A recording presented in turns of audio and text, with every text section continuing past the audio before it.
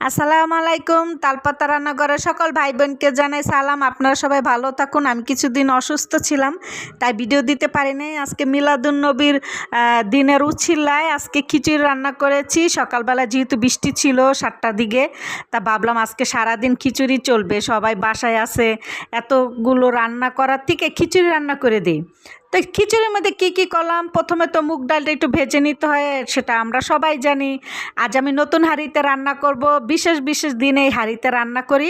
প্রতিদিন রান্না করলে একটু স্পট পড়ে যায়, এটা যাতে না হয়, নতুনত্বটা ধরে রাখার জন্য। ঠিক আছে, তো একে একে উপকরণগুলো দিয়ে দিলাম। তারপর সাথে মুরগি কষাও থাকবে।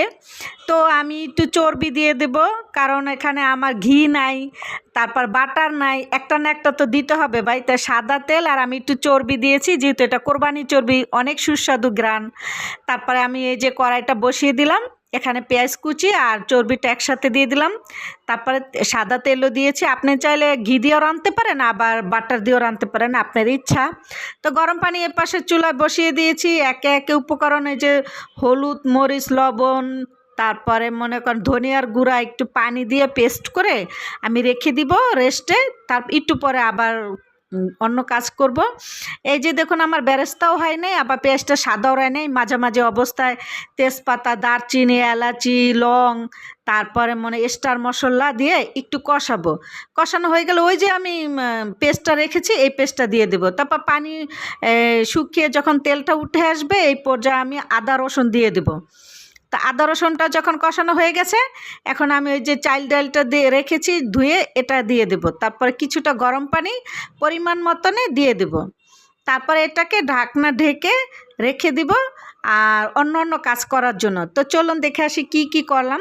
তারপরে এটাকে আমি ঢেকে, আমি যে কিছুটা গাজর কুচি, কিছুটা মটরশুঁটি, এগুলা নিয়ে এসেছি। তো বলক উঠে নাই, তো এই পর্যায়ে আমি দিয়ে দেব। কিছুটা গাজর কুচি কেটেছি, সেটা দিব। তারপরে মটরশুঁটি দিয়ে দেব। তারপরে দমে দিয়ে দিব। বাস, আল্লাহর রহমতে এখন আমার কাজটা মোটামুটি হয়ে গেছে। এই যে দেখুন, আমি বেশি একটা আরও ঝরঝরা রাখতে চেয়েছি, কিন্তু বেশি নরম হয়ে গেছে বেশি দমে রাখার কারণে। তো আজকে রান্নাটা এত সুস্বাদু, এত মজাদার জাম্মি হয়েছে না, যে আমার নিজের রান্না নিজে প্রশংসা করতেছি, ব্যাপারটা এমন না। আল্লাহর রহমতে খুব ভালো গ্রান বাইরিতেছে, মনে হইতেছে ঘরটা মো মো করতেছে। সবাই কইতাছে দেও দেও, খেয়ে নিয়ে খুব ক্ষুধা লাগছে। কি যে ভিডিও করব, দেখুন একটা ভিডিও করার জন্য কতটা চাপ নিতে হয় আপনাদের জন্য।